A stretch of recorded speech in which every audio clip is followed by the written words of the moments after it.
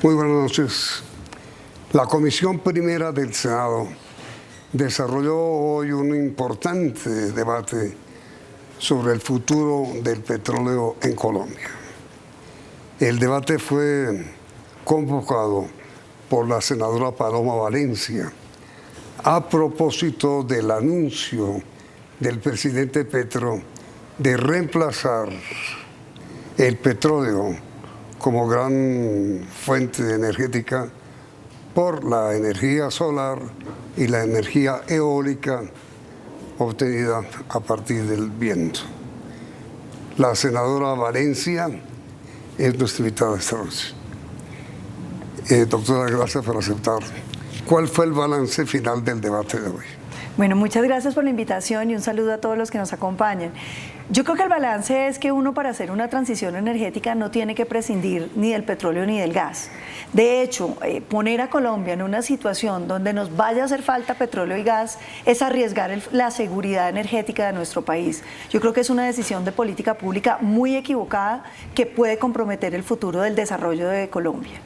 Pero el gobierno ha dicho reiteradamente que será una acción progresiva, que eso no será de la noche a la mañana. Claro, ellos sostienen que no va a ser tan rápido, pero Yamid, uno lo que tiene que entender es que los procesos petroleros y gasíferos son muy demorados. Primero tienen que hacer las licitaciones, tienen que hacer las adjudicaciones, sacar todos los permisos, es decir, pueden pasar entre 6 y 10 años fácilmente entre el inicio del deseo de explorar y la primera vez que usted saca gas, porque no todas las exploraciones tienen éxito. Entonces ellos dicen, nosotros vamos a suspender los contratos de exploración. A partir de ahora, vamos a seguir con los que tenemos, son 6 años o 7 años de reservas, pero en 4 años, cuando llegue un gobierno y quiera reiniciar, entonces va a tener que reiniciar, se le van los años y vamos a pasar unos años en que podemos no tener reservas. Pero también el gobierno ha dicho, doctora Paloma, que los 16 pozos o las licencias que están concedidas de exploración se mantienen. De todas maneras, y esto lo dice la ACP, en la medida en que se suspenda la exploración, van a ir decayendo tanto las exploraciones como las explotaciones, porque las compañías empiezan a montar sus negocios en otras partes y se empieza a desbaratar la economía del sector. Y lo que es grave, en mi opinión, es que no se entiende cuál es la razón para poner en riesgo la seguridad energética del país. Yo estoy totalmente de acuerdo, la más convencida de la necesidad de la transición energética. Claro que Colombia, como el mundo entero, deben pelear en contra del calentamiento global, pero lo que uno no entiende es que Colombia, que tiene el 0.56% de las emisiones globales, de las cuales solamente el 10% de ese 0.56 viene de la producción de petróleo y gas, nosotros digamos que vamos a suspender la exploración de petróleo y gas. ¿Para qué? Mire, durante el debate de hoy intervino, yo no recuerdo cómo se llama, tal vez ustedes me ayuden, un señor que era de la USO, la Unión Sindical Obrera, que hizo un muy buen análisis de lo que significó el mismo debate y lo que es la verdad de petróleo en Colombia. Él dijo, entre otras cosas que usted fue testigo, ninguna de las zonas en donde se produce petróleo en Colombia ha sido beneficiada por esa riqueza. Barranca Bermeja, dijo él, para mencionar un solo caso, ni siquiera tiene un gran hospital, ni una universidad, ni tiene carretera como Bucaramanga. Entonces, ¿para qué le ha servido, doctora Paloma, dijo él, el petróleo a Colombia? Pues yo creo que eso hay que mirarlo de manera distinta, porque uno no puede concluir que los ingresos petroleros y gasíferos que ha tenido Colombia, que hemos podido tener en nuestro país, no nos han servido. Claro que han servido para hacer muchísimas obras. Claro que Colombia ha avanzado en la superación de la pobreza. Uno no puede pensar en la Colombia de hace 50 años sin entender que hoy ha habido una mejoría. Y todo eso son por unos recursos muy importantes. Es que en las rentas nacionales, Yamid, el petróleo y el gas representan casi que el 20% de los ingresos, más lo regional. ¿Que hay corrupción? Por supuesto que sí, pero eso no tiene nada que ver con el petróleo y el gas, tiene que ver con la gente que estamos eligiendo para gobernar. Pero entonces, ¿por qué no asumir por parte de quienes como usted se oponen al apresuramiento en la energía eólica? Yo no me opongo, todo lo contrario, yo estoy de acuerdo en que le pongamos velocidad. Yo lo que no creo es que porque usted prohíba las exploraciones de gas y petróleo, entonces se acelere. Eso no es cierto, porque si usted prohíbe las exploraciones de petróleo y gas, pues prohíbe las exploraciones de petróleo y gas. La única consecuencia real de esa decisión es que no vamos a explotar petróleo y gas. Otra cosa distinta es la transición energética, que usted necesita que la gente invierta en eólicas, porque usted prohíba petróleo y gas no significa que esa plata se vaya a pasar a eólicas. La gente que está invirtiendo en petróleo y gas puede decidir irse a Ecuador a sacar petróleo y gas, o a México, o a otros países. Acelerar la transición energética nada tiene que ver con esa decisión. Acelerar la transición energética tiene que ver con que generemos los estímulos económicos, como lo hicimos en el gobierno Duque, para que eso suceda. Acelerar la transición energética tiene que ver con que pongamos más estímulos para que la gente se reconvierta a carros eléctricos, a carros híbridos, a carros en gas. Acelerar la transición energética es que generemos, por ejemplo, incentivos para que los proyectos salgan. Le pongo un ejemplo, Yamid, 250 comunidades están en la zona de influencia del mayor proyecto eólico que tiene Colombia en La Guajira. Eso significa que necesitamos 250 consultas populares. ¿Para cuándo va a ser ese proyecto? Pero miren, regresando al tema del petróleo, que es el que realmente constituyó el asunto central del debate hoy en la Comisión Primera del Senado. Las reservas nuestras apenas durarán 8 años más. ¿Por qué no ir preparando ya el camino para reemplazar el petróleo? En la opinión suya, ¿hasta dónde Colombia debe seguir basando sus ingresos? Son 13.500 millones de dólares hoy, el año pasado, en el petróleo, si se nos va a agotar. Solamente en impuestos, 24 billones adicionales en dividendos que gira Ecopetrol. Entonces usted me dice, ¿de dónde los vamos a sacar? Y esa es una pregunta que se la hice hoy a las ministras. Entre otras cosas, por el siguiente efecto. Hoy nuestras exportaciones son bastante recargadas en el petróleo. ¿Eso qué quiere decir? Que nuestra balanza comercial se sostiene por el petróleo. Básicamente. Si usted quita el petróleo, vamos a quedar en un déficit de balanza comercial gigantesco que puede ocasionar una subida del dólar que según Corfi Colombiana podría ser hasta 7.000 pesos y por ahí. Pero yo... El punto de fondo, en mi opinión, es que usted no tiene para qué prohibir el petróleo y el gas para acelerar la transición energética. ¿Qué quiero decir con esto? Usted puede dejar que se explore petróleo y gas, y el petróleo y el gas se van explorando. Y métale los incentivos, ponga Ecopetrol a hacer energías alternativas, inviertan en las energías alternativas, genere los incentivos económicos que no están en la tributaria, genere realmente la política para que eso suceda. Si eso sucede, entonces seguramente los proyectos de petróleo y gas van a ser totalmente inviables y quienes pierden la plata son los privados. El problema es que no suceda y nosotros no tengamos petróleo y gas. El petróleo y gas hay que entenderlo como una especie de seguro de vida, porque en el mundo entero lo que se está diciendo es la transición es un proceso gradual. No porque usted prohíba unos productos, ocurre lo otro. Usted puede descarbonizar su economía si toma las decisiones correctas, lo que no implica prohibir un sector. En representación de la industria petrolera, en la comisión intervino hoy el doctor Lloreda.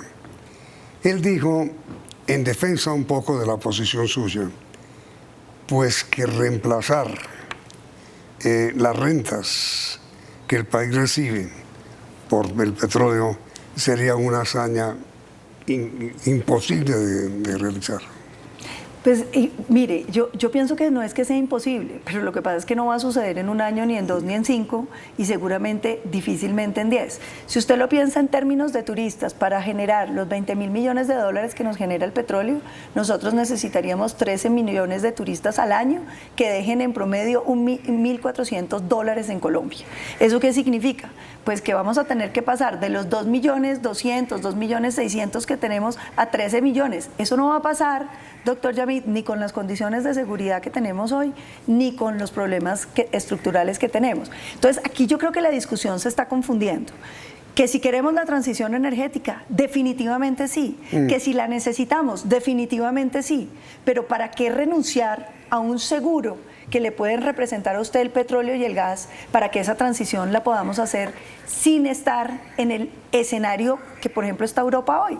Que por tomar decisiones de generar dependencias económicas, hoy Francia, Alemania se enfrentan a pasar inviernos donde no va a haber gas para que la gente pueda calentar sus hogares.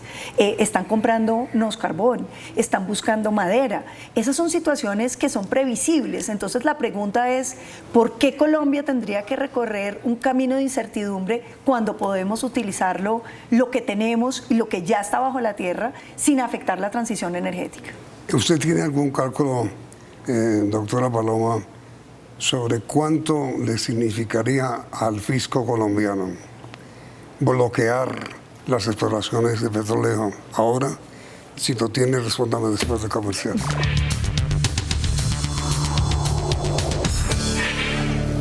Le preguntaba, señora ministra, lo que significaría en pérdida de ingresos el bloqueo inmediato a las exploraciones de petróleo.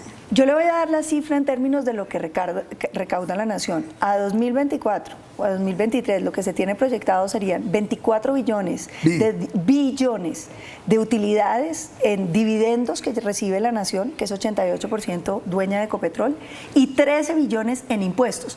Eso sin contar las regalías, que son cerca de 15 billones de pesos en el presupuesto bianual.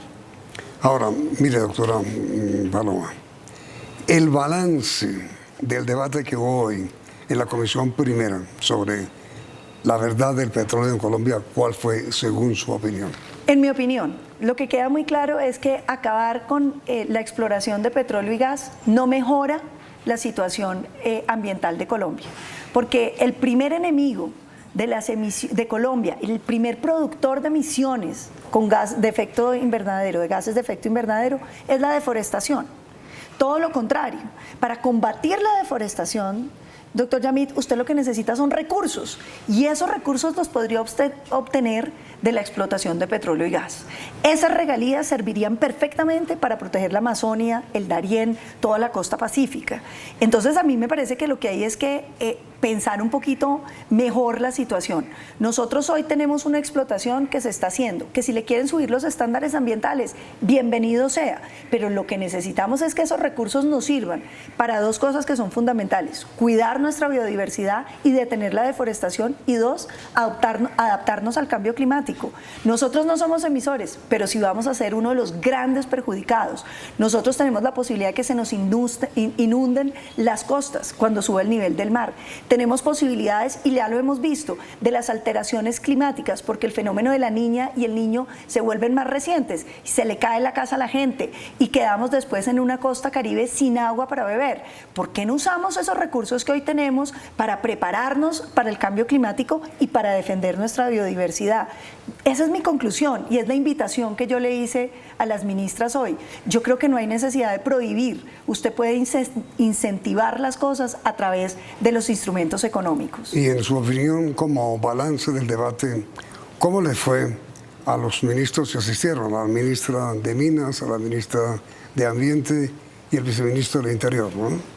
De Interior no fue nadie, fueron la ministra de Ambiente y la ministra de Minas. ¿Cómo le fue a la ministra? Vea, a mí no me gusta criticar. Yo creo que la ministra de Ambiente hizo una defensa de su sector ambiental. Me parece que ella no está pensando en cómo vamos a detener la deforestación. Ellos dicen no funcionó Artemisa, que fue la utilización de la fuerza pública para contrarrestar la deforestación, pero tampoco tienen un plan sobre cómo la vamos a detener. Yo se lo dije, ministra, detener la deforestación vale plata, y la única plata a la que usted puede echar mano es la plata de las regalías del sector de hidrocarburos. Y la ministra de Minas, yo diría, es una ministra de Ambiente adicional. Pareciera que estuviera compitiendo esa cartera o compartiendo esa cartera, porque creo que no se ha hecho las preguntas en torno a la seguridad energética de nuestro país, que yo creo que tiene unos retos hoy muy grandes, no solamente en términos de cómo acelerar esa transición energética, que como digo yo creo que necesita muchos estímulos tributarios para hacerlo buen negocio, necesita flexibilizar muchas normas para que eso funcione mejor, pero no se ha hecho preguntas sobre qué significan las consultas populares para el sector. Yo hablaba de, por ejemplo, del proyecto de energía eólica más grande que tiene Colombia en La Guajira, 250 consultas populares. Y a eso súmele que el Guavio hoy dejó de funcionar en más de 1000 megavatios porque hay un paro y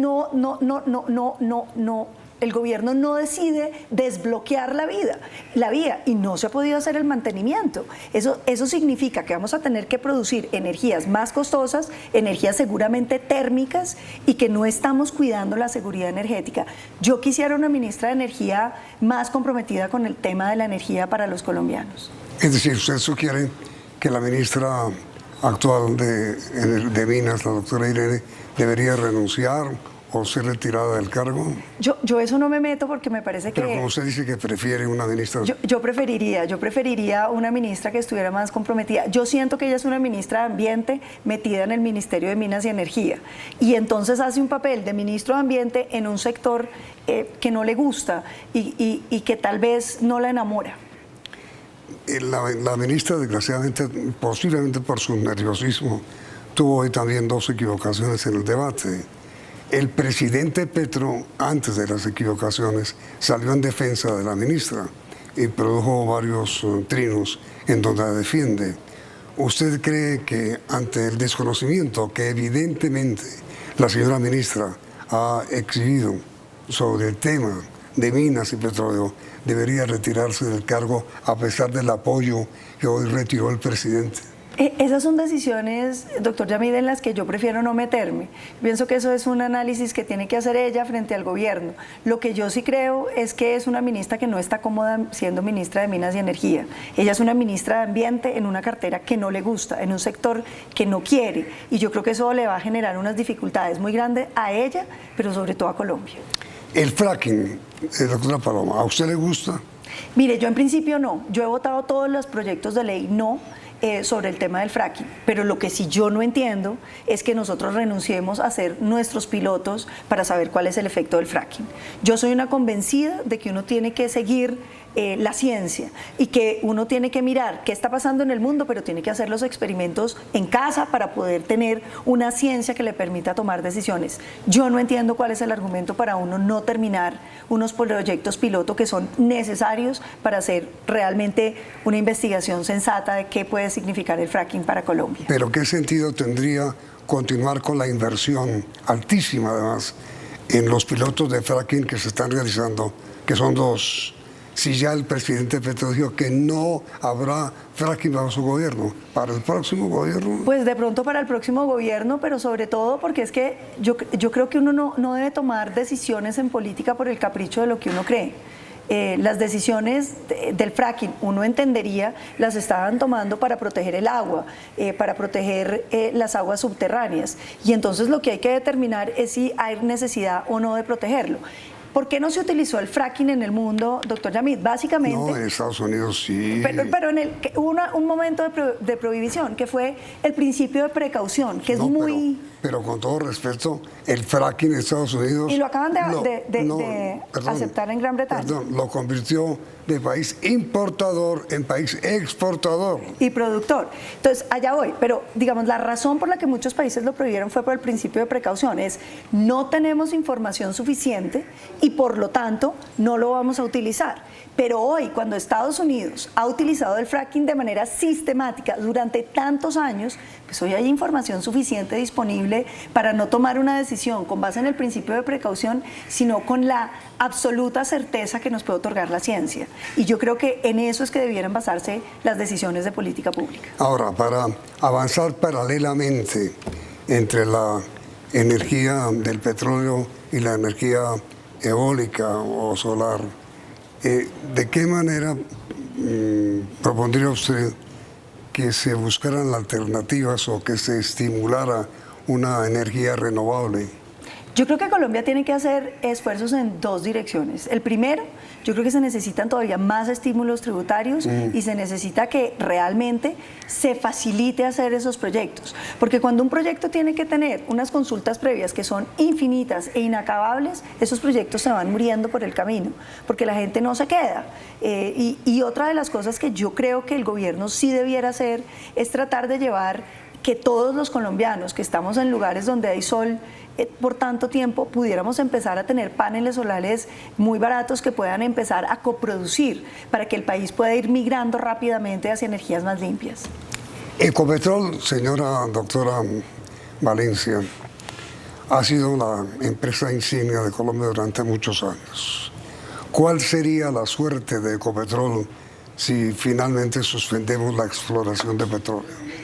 Es muy incierto lo que pueda pasar con Ecopetrol. Ecopetrol es una empresa que es la joya de la corona colombiana, 91 billones de pesos al año en utilidades. Eso es una cosa impresionante, casi medio billón de pesos invierte Ecopetrol en materia social en este país. Y uno no sabe si la salida del petróleo y del gas vayan a generar una estabilidad para la empresa. A mí me preocupa mucho que esas decisiones drásticas de suspender exploración vayan a generar una devaluación de Ecopetrol muy sustantiva, porque los negocios de energías alternativas en los que ya está Ecopetrol son unos negocios que tienen, digamos, una competitividad distinta a los negocios de petróleo y gas actualmente. Y mire, doctora Palomón, Ludwig Francisco Gómez se llama el trabajador de la USO que estuvo en su debate en el Senado. Él dijo que no entendía, que la prueba de que el petróleo no le había servido para nada a Colombia estaba en la situación de abandono en donde se encuentran todos los departamentos petroleros del país. Pero yo ahí tengo una observación. Primero, yo no creo que eso sea cierto. No, yo sí creo que se han robado mucha plata de las regalías. Pero sí es cierto. Pero el contrafactual, ¿usted cree que La Guajira estaría más rica si no tuviera carbón? No, pero espera, perdón, No. doctora, mire. De las cosas que yo recuerdo que dijo el señor Gómez, el de la USO, pues que Barranca no tiene ni hospital ni universidad, que la gran riqueza del Catatumbo no existe, que la gran explotación del Putumayo no existe, y que se ha beneficiado el Huila. Los productores de petróleo en Colombia, ¿en qué se han beneficiado? No, yo creo que, digamos, una cosa es la malversación de las regalías y el hecho de que durante el gobierno Santos, usted lo recordará, se le quitaron las regalías a los municipios productores y a los departamentos productores y se repartieron, como decían, la mermelada para toda la tostada. Eso ocasionó que los recursos de las regalías no le llegaran a las regiones, la corrupción y la distribución legal que teníamos. Pero yo invito a pensar en el contrafactual. ¿Qué sería de Barranca si no hubiera una refinería allá? ¿Qué sería de Barranca si no hubiera habido petróleo en Barranca? ¿Qué sería del Meta o del Casanare si no hubiera una gota de petróleo? Entonces, es muy fácil decir que la plata ha estado mal invertida, porque es cierto, la plata ha estado mal invertida. Pero uno no puede negar, primero, que esa plata evidentemente ha beneficiado a la economía colombiana en todos los sentidos. Estará invertida en 1000 sitios y Colombia ha venido superando pobreza y mucho de eso, muchas familias en acción, mucho subsidio al adulto mayor, lo hemos podido hacer con los impuestos del sector de hidrocarburos y con esas regalías. Otro problema es el contrafactual. ¿Qué habría pasado de Colombia si no tuviera ni una gota de petróleo ni de gas? Yo no creo que seríamos más ricos que ahora. El de hoy, mi pregunta final, doctora Paloma, fue un gran debate sobre la realidad del petróleo en Colombia, un gran debate de control político al petróleo.